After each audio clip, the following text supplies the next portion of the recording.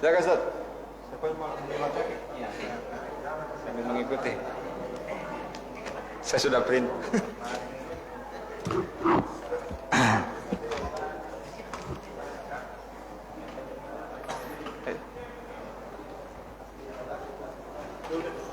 Boleh Mindi?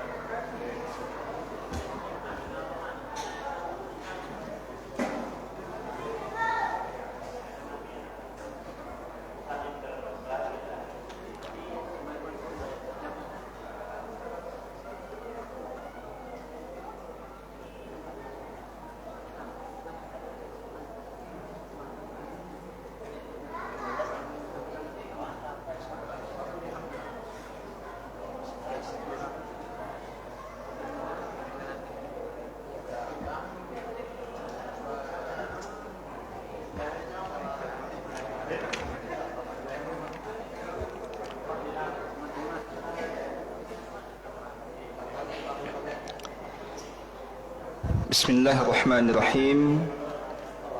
Assalamualaikum warahmatullahi wabarakatuh. Alhamdulillahi rabbil alamin. Wabihi nasta'inu ala umurid dunya waddin. Thumma assalatu wassalamu ala ashrafil anbiya'i wal mursalin wa ala alihi wa sahbihi ajma'in, amma ba'd. Alhamdulillah, jemaah sekalian yang Allah muliakan, kita bersyukur kepada Allah Subhanahu wa taala pada malam hari ini kita masih diberikan taufik oleh Allah Subhanahu wa taala. Kita masih merasakan manisnya hidayah, manisnya ibadah, ya, manisnya ketaatan kita kepada Allah Subhanahu wa taala. Dan kelezatan itu tidak diperoleh kecuali oleh orang-orang yang beriman. Semoga Allah Subhanahu wa taala senantiasa memberikan kepada kita nikmat iman dengan menjalankan kewajiban-kewajiban kita sebagai hamba Allah Subhanahu wa taala. InsyaAllah kita pada malam yang berbahagia ini, di putaran terakhir bulan suci ini, ya, di lap terakhir kita ini, di partai final di bulan Ramadan, di 10 malam terakhir ini adalah momen-momen paling menentukan. Apakah kita termasuk orang-orang yang husnul khatimah atau na'udzubillah su'ul khatimah?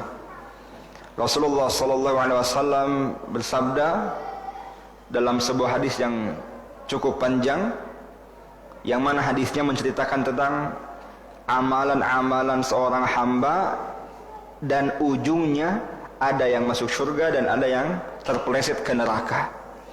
Di ujung hadis Rasulullah sallallahu alaihi wasallam mengatakan, innamal a'malu bil khawatim. Sungguhnya amal itu tergantung bagaimana kita mengakhirinya. Maka ini sebagai motivasi bagi diri dan juga para jemaah sekalian, ya, masih ada waktu untuk kita memperbaiki. Sekitar 7 hari atau 7 malam kita di dalam bulan mulia ini, waktunya kita untuk, ya, mengejar ketertinggalan kita. Yang mungkin di 20 pertama di bulan Ramadan masih banyak kelalaian kita, masih banyak kekhilafan kita. Tetapi jangan pernah putus asa. Ya, di akhir-akhir ini insyaallah dengan taufik Allah kita sungguh-sungguh berharap kepada Allah, kita sama-sama merupakan hamba-hamba Allah yang menang di dalam bulan yang mulia ini. Amin ya rabbal alamin. Baik, kita akan melanjutkan pembahasan dalam kitab Tadabbur Surah Al-Qasas yang tentunya sudah tidak asing lagi, ya. Dari malam pertama sampai malam sekarang kita masih berkutat dengan ilmu yang ada pada kitab ini. Sekarang ya, saya diamanahkan untuk membahas ayat 43 sampai ayat 50. Ya, lebih bagus bagi yang membawa mushaf atau di HP sambil dibuka suratnya. Surat Al-Qasas ayat 43 sampai 50. Baik, sebelum kita memasuki apa yang telah ditulis oleh Syekh Hafizahullah Ta'ala dalam kitab ini, maka kita akan sedikit memaknai secara global daripada ayat yang ke-43 sampai ayat 50 ini. Di sini Allah Subhanahu wa taala berfirman, "Wa laqad atayna Musal kitaba min ba'di ma ahlakna al-qurunal ula basaira lin-nasi wa huda wa rahmatan la'allahum yatadhakkarun."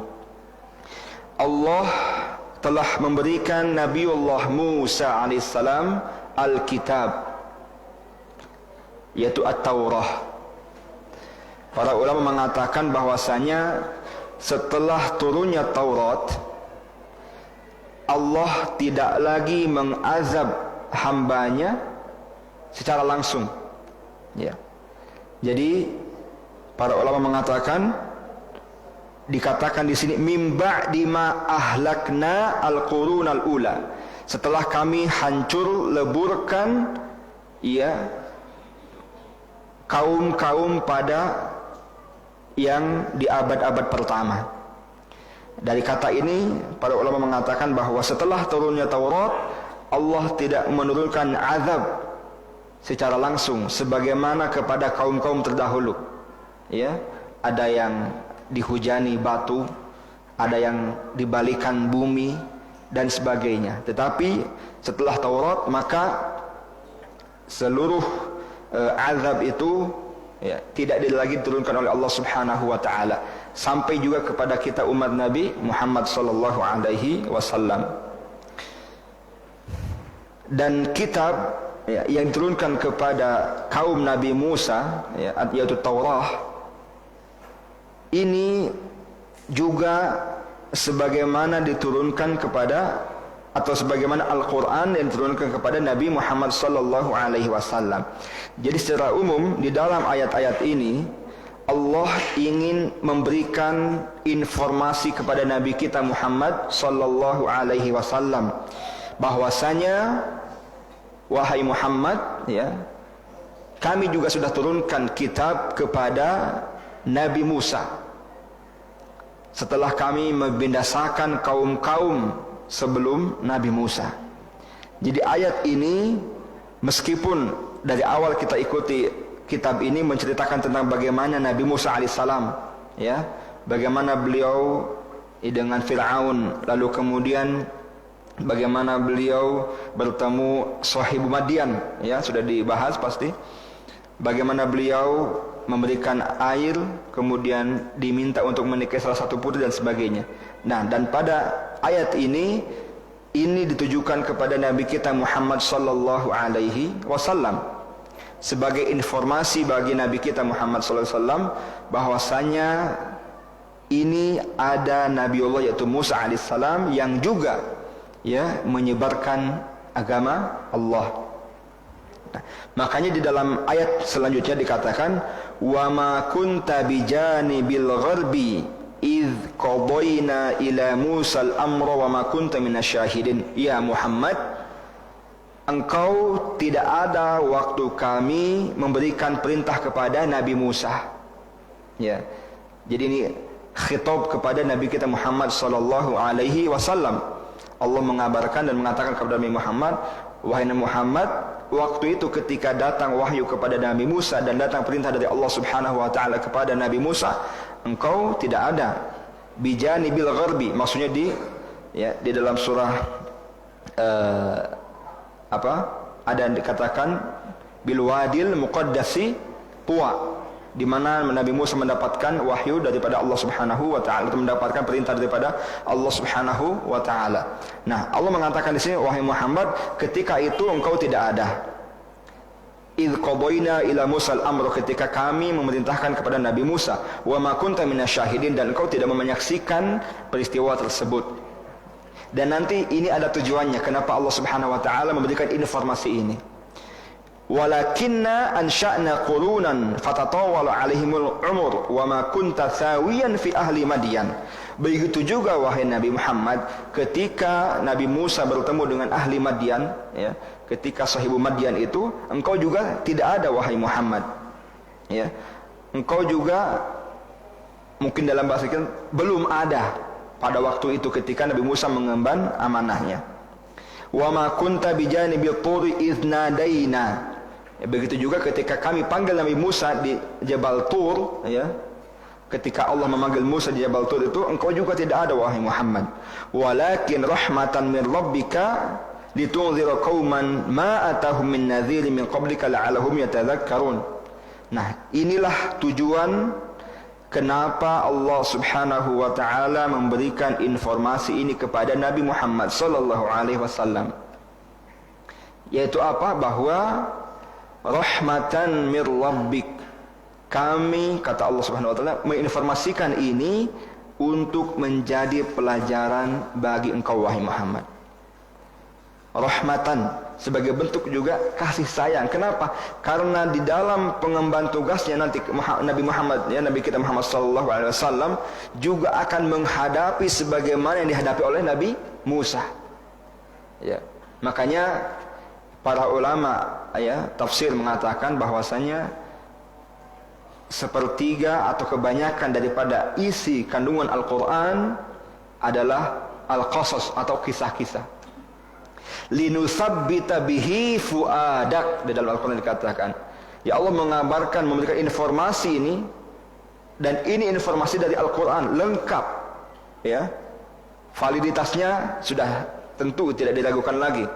Linusabbita bihi fuadak, untuk meneguhkan hati Nabi Muhammad sallallahu alaihi wasallam, sebagai informasi bahwasanya dulu ketika Nabi Musa alaihissalam mengemban risalah ini juga menghadapi cobaan-cobaan, sehingga ketika Nabi Muhammad sallallahu alaihi wasallam di dalam dakwahnya, yang kita sangat tahu bahwa bagaimana Rasulullah sallallahu alaihi wasallam mendapatkan tantangan dan cobaan, inilah sebagai penyemangat, sebagai apa? Tasliyah. Dalam bahasa kita mungkin penghibur, pelipur lara. Ya. Kita tahu bahwa Nabi Muhammad sallallahu alaihi wasallam, ya, di dalam surah Al-Kahfi dikatakan, ya, fala'allaka bakhi'un nafsaka. Salah satu tafsir bakhi'un nafsaka itu bunuh diri. Ya. Ketika itu Nabi Muhammad, ya, sempat ingin mencelakai dirinya. Di tafsir yang lain dikatakan sempat ingin bunuh diri, saking beratnya tantangan dakwah. Maka dengan datangnya kisah-kisah ini, Allah Subhanahu wa taala ingin memberikan ketenangan kepada Nabi kita Muhammad sallallahu alaihi wasallam, ya, bahwa inilah yang akan kalian kita temukan di dalam dakwah ini. Nah, kemudian di ayat selanjutnya dikatakan, walaula an tusibahum musibatun bima qaddamat aydihim fayaqulu rabbana laula arsalta ilaina rasulan fanattabi'a ayatika wa nakuna minal mu'minin. Nah, di sini kita akan dibawa kepada bahwa Allah Subhanahu wa taala berfirman dalam ayat ini, kalau seandainya bukan karena dosa yang mereka lakukan, lalu kemudian Allah menurunkan azab kepada mereka, atau siksaan kepada mereka, atau cobaan kepada mereka, ya, apa cobaannya atau apa yang mereka lakukan atau kemaksiatannya, yaitu ketika datang Nabi Musa alaihissalam, ya, mereka berkilah, mereka, ya, beralasan dengan beribu alasan untuk tidak mengikuti Nabi Musa alaihissalam. Fayaqulun rabbana laula arsalta ilaina rasulan. Ya, ketika datang musibah, ketika datang azab kepada mereka, ketika datang peringatan kepada mereka, mereka mengatakan, ya Rabb, kata, ya Allah, atau ya mereka, wahai Tuhan, kalau seandainya saja engkau turunkan kepada kami Rasul, padahal sudah ada Nabi Musa. Tetapi begitulah mereka, ya, mencari-cari alasan. Ketika datang ayat dan burhan, mereka mengelak. Tetapi ketika datang musibah dan peringatan, mereka mengatakan, kalau seandainya turun ini Rasul yang memperingati kami akan pasti akan ikut mereka. Tapi tentu itu hanya di lisan saja. Ya, itu hanya bentuk sebagai justifikasi saja. biar mereka punya alasan ya ketika datang peringatan kepada mereka. Falamma ja'ahumul haqq min 'indina qalu laula utiya mithla ma utiya Musa. Begitu juga wahai Muhammad ketika engkau berdakwah kepada, ini bercerita tentang kaum Quraisy ya. Wahai Muhammad, begitu juga engkau ketika dalam berdakwah mereka akan mengatakan ya, kalau seandainya saja datang juga kepada kita sebagaimana yang datang kepada Nabi Musa, ya, berkilah lagi. Ya. Dan inilah yang akan dihadapi oleh Nabi kita Muhammad sallallahu alaihi wasallam. Ya. Padahal dikatakan di sini, awalam yakfuru bima utiya Musa min qabl qalu sihrani tadhaharu wa qalu inna bikullin kafirun. Inilah salah satu watak daripada orang-orang munafik, orang-orang musyrik, ya, kafir Quraisy. Senantiasa mencari alasan. Bahkan ketika datang Nabi Muhammad dengan segala petunjuk dan mukjizat, mereka mengatakan, kalau seandainya datang kepada wahai Muhammad sebagaimana yang diterima oleh Nabi Musa zaman dulu, ya, kami pasti akan mengikutimu. Padahal dulu juga kaum Nabi Musa alaihissalam ketika datang burhan dan mukjizat dan petunjuk kepada Nabi Musa alaihissalam, mereka berkufur. Ya, dikatakan di sini, awalam yakfuru bima utiya Musa. Bukankah mereka juga berkata seperti itu ketika datang Nabi Musa? Sama persis kalian katakan seperti ini, ya.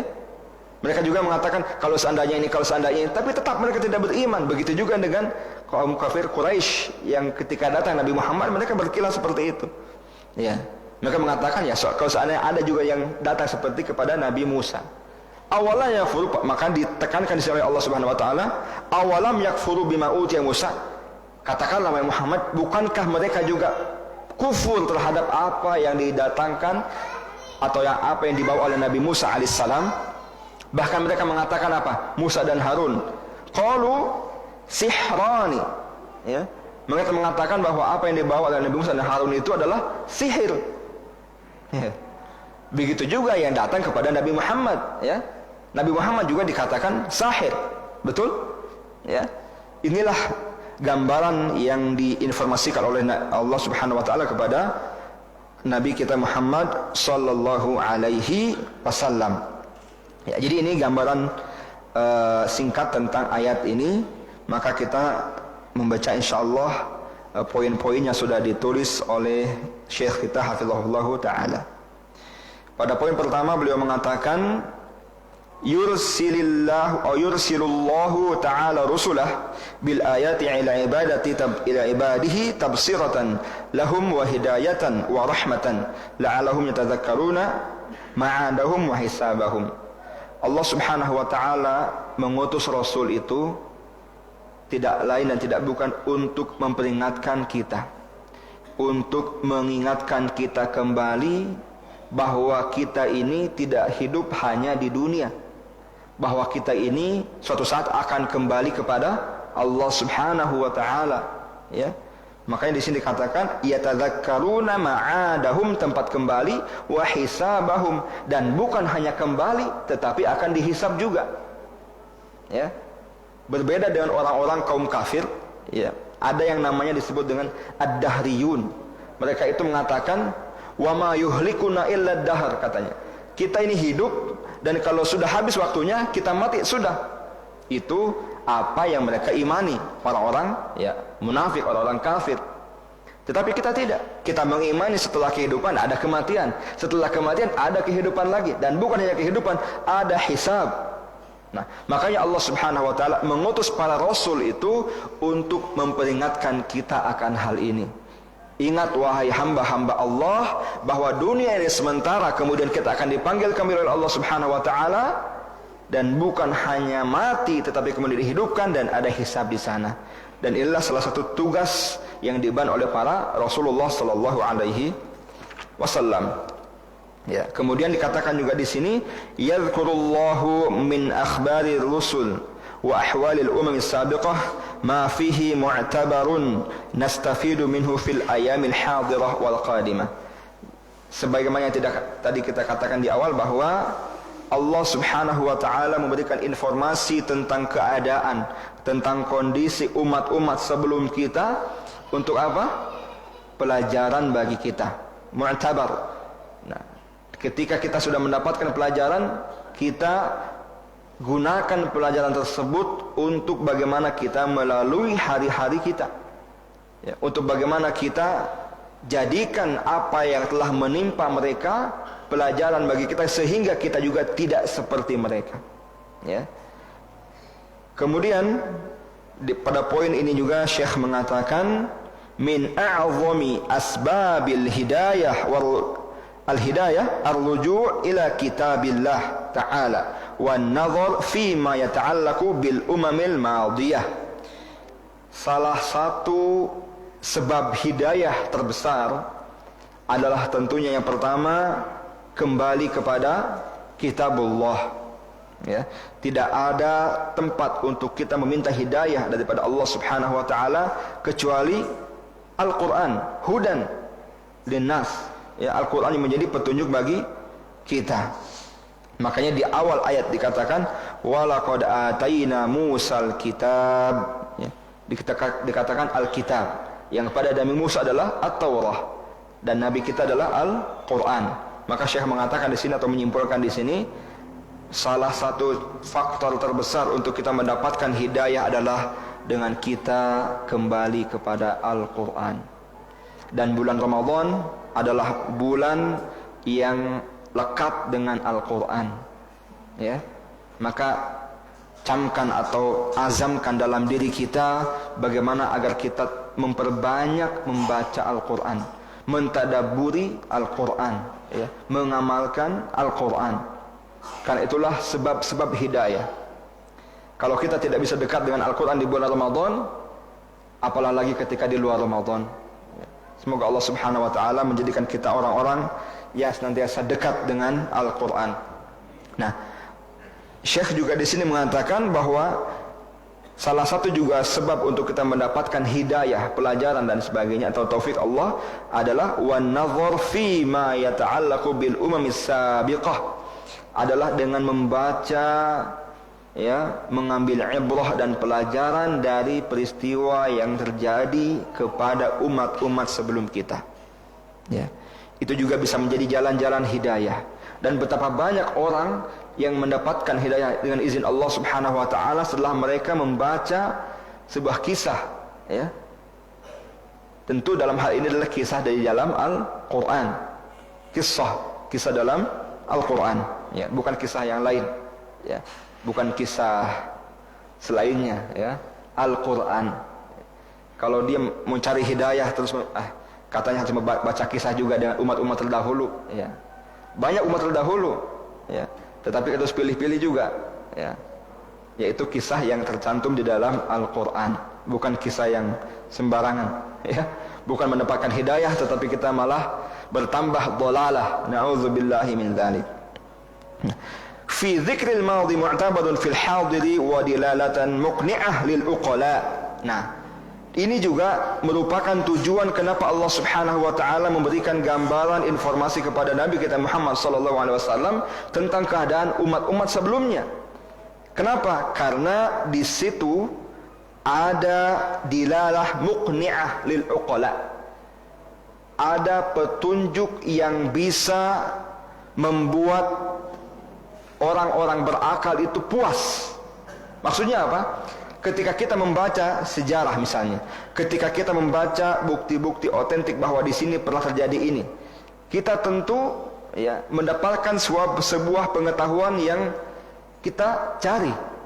Begitu juga di dalam kisah-kisah umat sabiqah, umat-umat terdahulu, bagi orang-orang yang berakal ini cukup menjadi bukti bagaimana bahwa Allah Subhanahu wa taala juga mengirimkan para rasulnya kepada kaum-kaum terdahulu. Ya, cukup menjadi bukti bagi orang-orang yang berakal. Makanya di sini katakan lil uqala, ya. Maka dalam ayat-ayat Al-Qur'an sering kita temukan fa'tabiru ya ulil absar, ya. Maka ambillah pelajaran wahai orang-orang yang mempunyai akal dan sebagainya. Nah, di sini juga kisah-kisah yang dicantumkan dan diceritakan oleh Allah Subhanahu wa taala di dalam Al-Qur'an dengan tujuan agar kita bisa mengambil ibrah, sehingga, ya, menjadi bukti bagi kita ketika datang petunjuk kepada Nabi Muhammad sallallahu alaihi wasallam. Nah, selanjutnya Syekh mengatakan di sini, kama hadatsat fatratun qabla risalati Musa, fakadzalika qabla irsali nabiyyina wujudu fatratin yandarisu fiha al-ilmu wal huda min muqtadayati irsalir rusul. Maksudnya adalah dulu sebelum Nabi Musa diutus ada fatrah, ada periode di mana kosong daripada wahyu. Ya. Begitu juga terjadi ketika sebelum datang risalah kepada Nabi kita Muhammad sallallahu alaihi wasallam. Cukup lama fatrah wahyunya, ya. Sampai diutuslah Nabi kita Muhammad sallallahu alaihi wasallam. Yang tentunya pada masa kekosongan itu hilang ilmu. Ya. Hilang petunjuk. Yang mana ketika sesuatu sudah hilang, pasti orang akan mencari. Yang mana ketika sesuatu sudah langka, pasti orang akan merindukan akan keberadaan sesuatu tersebut. Nah, maka di sini dikatakan min muqtadayati irsalir rusul. Maka Allah Subhanahu wa taala, salah satu hikmahnya kenapa fatrah wahyu itu ada, kenapa ada kekosongan itu, hikmahnya adalah agar kita kembali kepada manhaj an-nubuwah, agar kita kembali, ya, manhaj Allah Subhanahu wa taala.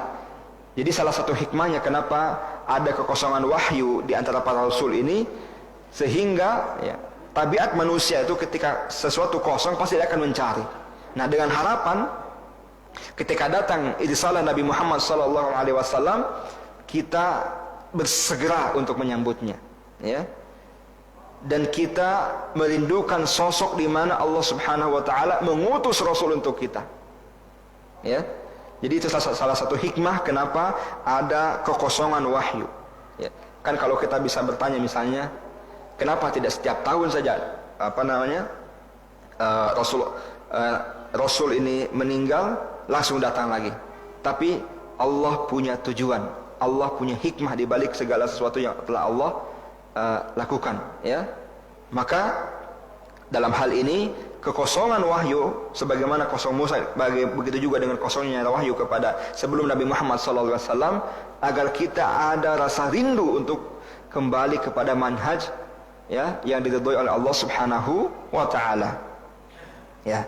Kemudian pada poin berikutnya Syekh juga mengatakan fil ayati min dalail nubuwwati nabiyina Muhammadin sallallahu alaihi wasallam.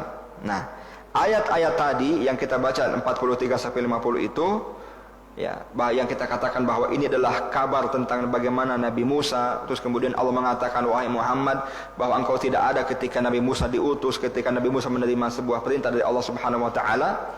Ini, ya, adalah bentuk salah satu tanda kenabian Nabi kita Muhammad sallallahu alaihi wasallam. Bagaimana maksudnya? Ya. Fadzalika min ilmil ghaibi alladzi la yuhitu bi tafasili katsirun minhu ahlul kitabi anfusuhum. Maksudnya bagaimana?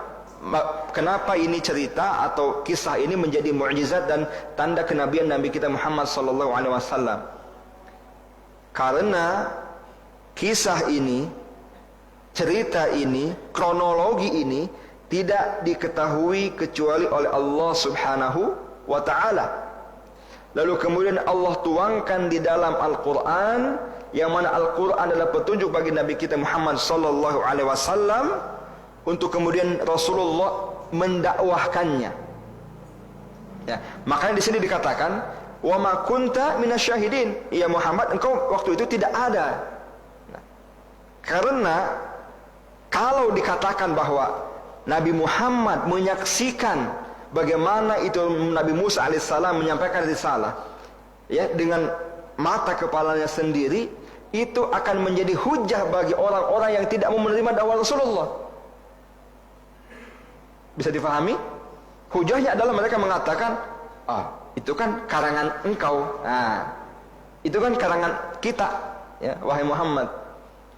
Engkau ada pada waktu itu, kemudian kau ceritakan kepada kami, ya wajar. Nah, tetapi Allah mengatakan di sini dikatakan, "Wa ma kunta minasyahidin." Engkau tidak ada waktu Muhammad. Lalu dari mana kabar ini? Nah, di sini mukjizatnya. Dari Allah Subhanahu wa taala, dan itulah tanda-tanda kenabian.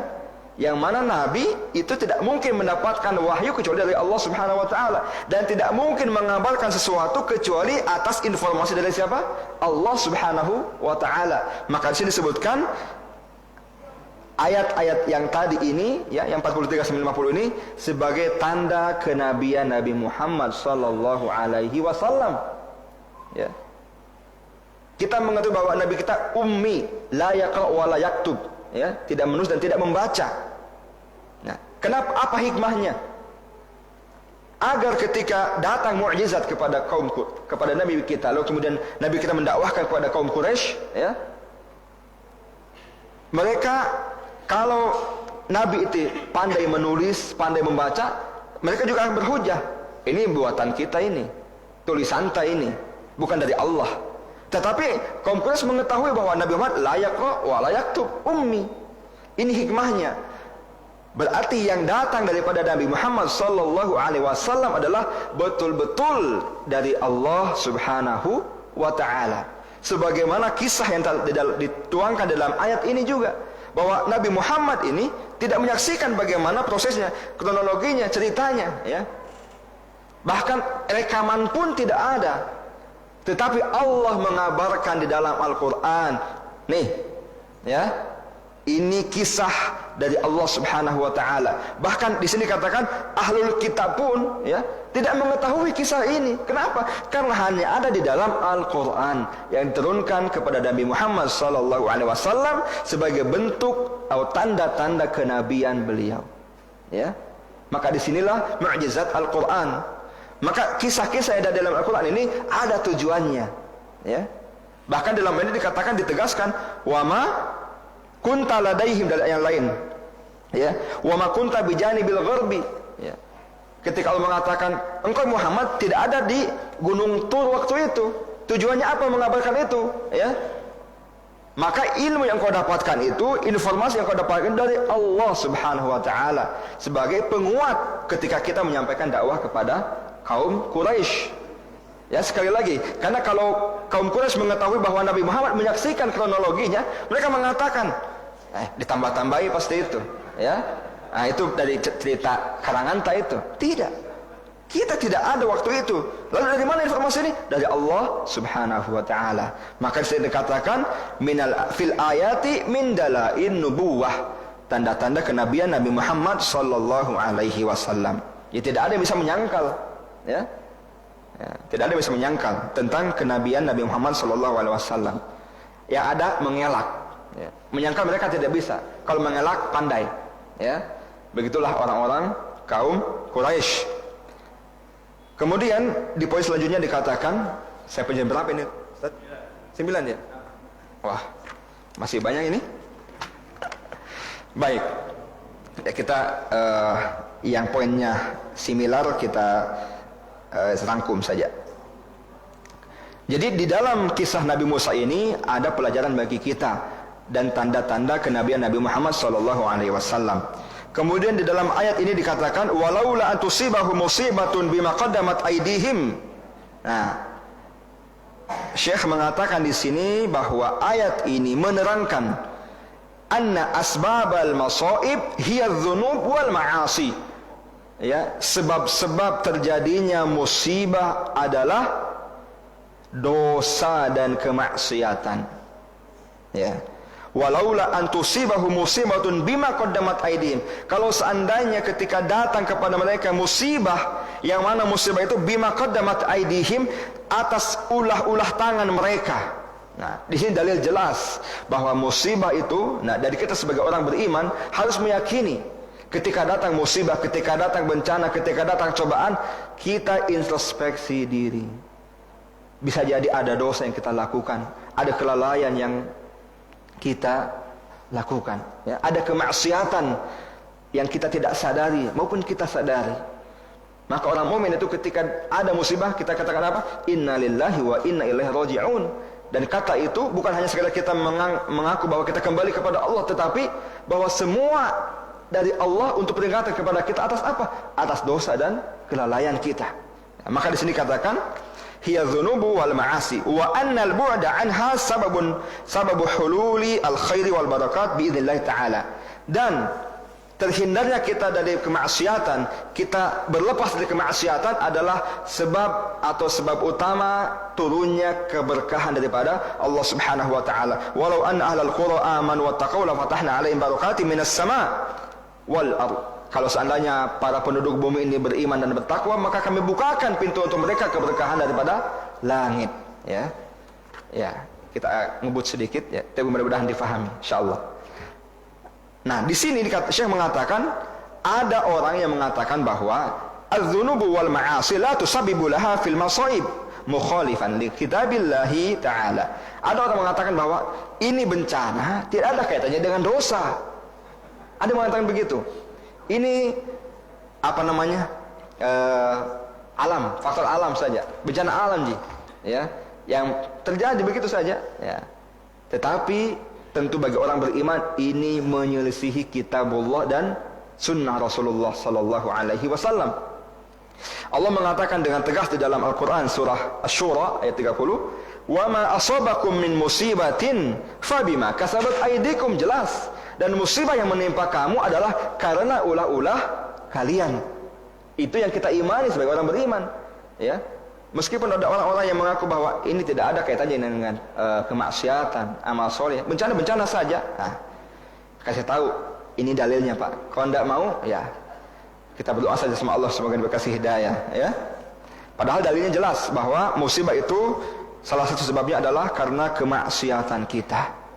Bahkan dalam hadis yang cukup panjang Rasulullah SAW mengatakan, dan tidaklah hujan itu ditahan oleh Allah Subhanahu Wa Taala. Kecuali karena apa? Karena penduduk bumi sudah tidak mau bayar zakat. Wa ma muni'al qatru illa mana'uz zakah. Kata di dalam hadis. Ya. Hujan tidak turun, hujan rezeki bagi kita, betul. Rahmat bagi kita, berkah bagi kita. Tetapi Allah bisa saja menahan itu hujan ketika para penduduk bumi, para hamba Allah, ya, tidak membayar zakat. Menahan zakat, Allah juga menahan hujan. Nah, dikatakan dalam hadis walaulal bahaim, ya, kalau seandainya Allah tidak sayang, ya, bukan karena sayang kepada para hewan loh disebutkan di sini, para hewan ini, ya, Allah tidak akan turunkan itu hujan. Subhanallah. Jadi kita harus berterima kasih pada hewan Pak, ya. Kita bermaksiat, hewan ada, Allah turunkan masih hujan, ya. Subhanallah, ya. Makanya dalam Al-Quran dikatakan, ya, ulaika kal an'am balhum adall. Nah, ini buktinya, ya. Kita yang maksiat, kita yang mau disiksa, tetapi karena ada hewan, Allah masih menurunkan hujannya kepada kita. Ya, Masya Allah. Kemudian, ya, hampir sedikit. Baik.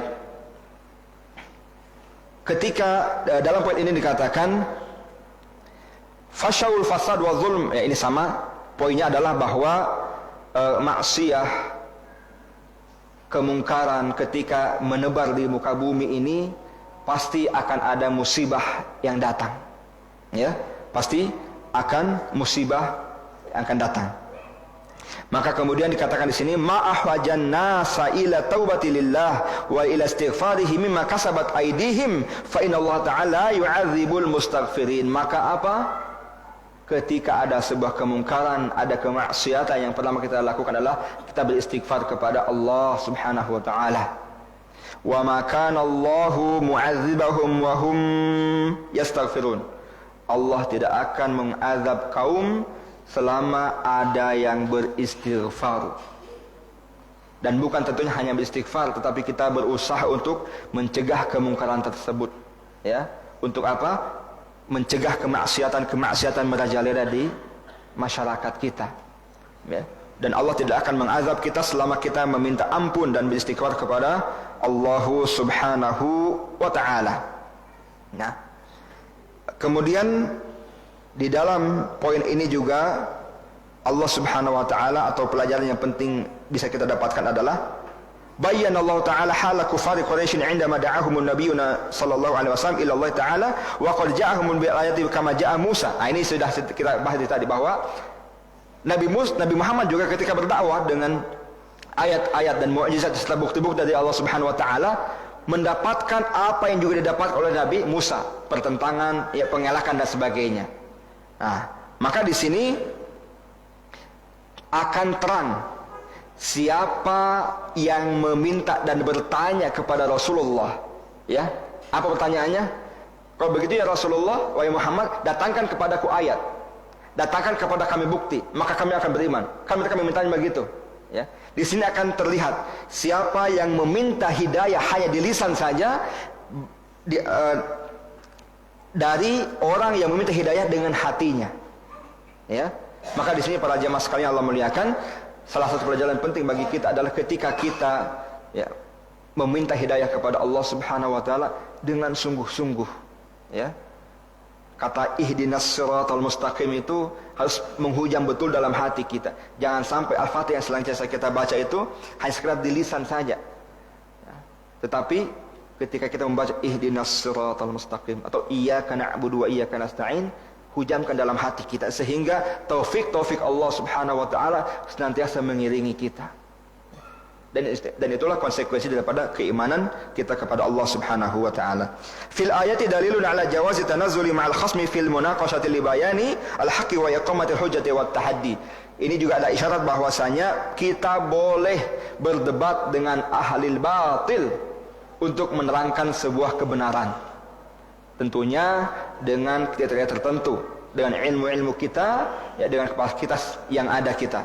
Kita juga tidak sembrono untuk kita misalnya mengajak debat orang-orang, ya, batil, tetapi kita tidak punya senjata. Itu akan menjadi musibah bagi kita. Ya, mereka bisa membolak-balikan fakta, yang mana kemudian di halayak ramai kita dalam tanda kutip kalah, ya, kebatilannya menang.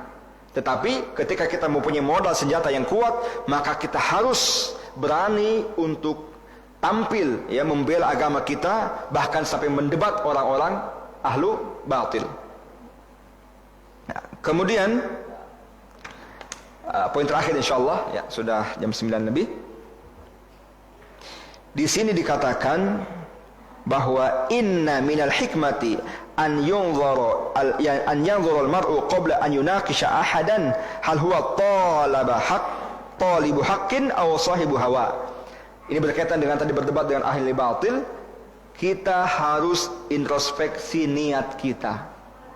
Apakah dengan kita mendebat orang itu untuk mencari kebenaran, atau hanya sekedar kita mengikuti hawa nafsu?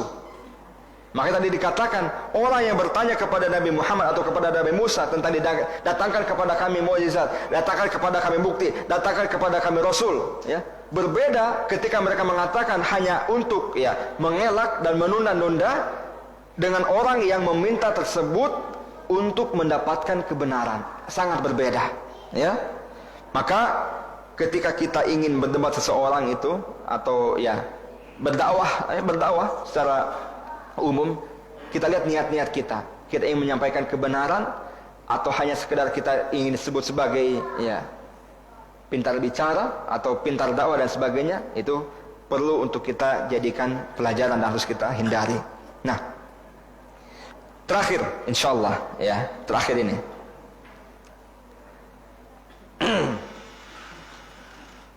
fil ayati tanbihun ala anna man yattabi'a hawa bighairi ihtida'i bi kitabillah yadhillu 'anil haqqi wa yatanaqadu fi aqwalihi. Orang yang senantiasa mengikuti hawa nafsu, dia tidak akan pernah mendapatkan hidayah. Ayatnya apa tadi? Ya, di sini dikatakan, ya, qul fa'tu bi kitabin min indillahi huwa ahda minha attabi in kuntum shadiqin. Ya, fa in lam yastajibu laka fa'lam annama yattabi'una ahwa'ahum. Ya, mereka itu ketika dikatakan kepada mereka, kalau begitu, kalau kalian tidak percaya, datangkan mukjizat. Ya, tentu mereka tidak bisa. Maka di sini dikatakan innama yattabi'una ahwa'ahum, mereka hanya mengikuti hawa nafsu. Maka salah satu sebab penghalang hidayah adalah ketika kita menuruti hawa nafsu kita. Ya. Tetapi ketika hawa nafsu kita tundukkan kepada hidayah Allah, kepada kitab Allah, kepada petunjuk Allah, maka Allah akan memberikan hidayahnya kepada kita. Ya. Kemudian fiha tarwi'un min akibati ittiba'il hawa idh yukhsha 'ala sahibil hawa khatimatas su' li'anna Allah ta'ala la yahdil qaumadh zalimin. Di sini ada peringatan bagi mereka yang senantiasa menurutkan hawa nafsu, bagi mereka yang lebih memilih mengikuti hawa nafsunya daripada mendengarkan atau menjalankan tausiah, ya. Di sini ada peringatan bagi mereka yang senantiasa mengelak ketika diajak kajian. Ya. Ini dalam kehidupan kita maksudnya. Ada peringatan ketika datang yang mengajak kita, yuk sholat, yuk kajian, yuk ke masjid. Nanti belum komat, nanti belum tahiyat akhir. Nah, tapi tidak bisa dia atau dia tidak datang ke masjid. Ini ada peringatan. Kenapa? Ditakutkan dia mati dalam keadaan su'ul khatimah. Ya, maka pribadi dan juga para jemaah sekalian, kita mengingatkan ketika datang peringatan kepada kita, ketika datang nasihat, dengarkan, terima, dan kita lakukan semampu kita. Jangan sampai karena kita mengikuti hawa nafsu, siapa ini yang bicara ini, ya? Atau nanti masih banyak ini pekerjaanku dan sebagainya. Kemudian Allah menutup hati kita, na'udzubillah min dzalik. Khatamallahu ala qulubihim, ya. Karena sesuatu kemaksiatan kalau kita terus melakukan ya, sampai kita tidak bisa lagi membedakan mana yang hak dan mana yang batil, itu sudah Allah tutup hati-hati kita, na'udzubillahi min dzalik. Maka di sini Allah peringatkan, barang siapa yang senantiasa mengikuti hawa nafsu, hati-hati daripada su'ul khatimah. Hati-hati, ya. Nanti hidupnya akan berakhir atau berakhir buruk di kemudian hari. Idza sami'al insanu ayatillahi ta'ala wa lam yastajib laha bida'il hawa wa lam yattabi' ma ja'a bi rasulul huda fa innahu qad yuhalu bainahu wa bainal hidayah. Inilah poinnya. Orang ketika sampai kepadanya peringatan, ketika sampai kepadanya ayat-ayat Allah, ya, sebagaimana sampai juga kepada mereka orang-orang kafir Quraisy dan orang-orang pada kaum Nabi Musa itu, dan mereka tidak menjawabnya, walam yastajib laha bida'il hawa, karena mereka menurutkan hawa nafsunya, fa innahu qad yuhalu bainahu wa bainal hidayah, maka dikhawatirkan akan terhalang dari dia atau antara dia dengan hidayah. Ya, maka masya Allah, alhamdulillah kita, ya, di dalam kehidupan ini senantiasa mendengarkan ceramah-ceramah, tausiah-tausiah, senantiasa berdoa kepada Allah Subhanahu wa taala, ya Allah berikan aku hidayah, ya. Senantiasa kita meminta kepada Allah agar apa yang kita terima, apa yang kita dengar ini menjadi jalan hidayah bagi kita.